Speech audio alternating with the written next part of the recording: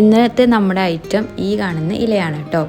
ഇതിന് ഇവിടെയൊക്കെ ചീര എന്നാണ് പറയൽ, നിങ്ങളവിടെ എന്താ പറയലെന്ന് കമൻറ്റ് ചെയ്യുക. ഇതിൻ്റെ ഇല മാത്രം ഇതുപോലെ വേർതിരിച്ച് എടുത്തിട്ട് ചെറുതായിട്ട് അരിയാം.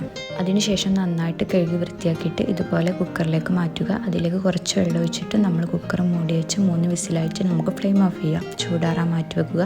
ഇതിൽ അരപ്പ് റെഡിയാക്കാൻ വേണ്ടി തേങ്ങ, ചെറുള്ളി, ചീരമുളക്, ഉപ്പ് ചേർത്തിട്ട് അരച്ചെടുക്കുക. നേരത്തെ ചൂടാറാൻ മാറ്റി വെച്ച ഇല ഇതുപോലെ വെള്ളത്തിൽ നിന്നും നന്നായിട്ട് പിഴിഞ്ഞെടുത്തിട്ട് അടർത്തിയെടുക്കുക. ഇനി ഇതിലേക്ക് നമ്മുടെ അരിപ്പ് ചേർത്തിട്ട് നന്നായിട്ട് മിക്സ് ചെയ്യുക. മിക്സ് ചെയ്തതിന് ശേഷം കുറച്ച് വെളിച്ചെണ്ണയും കൂടി ചേർത്ത് ഒന്നും കൂടി മിക്സ് ചെയ്യുക.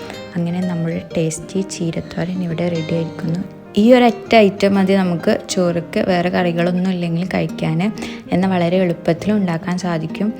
ഈ വീഡിയോ ഇഷ്ടമായാൽ ഒന്ന് ലൈക്ക് ചെയ്യൂ, ചാനലൊന്ന് സബ്സ്ക്രൈബ് ചെയ്യൂ. നന്ദി.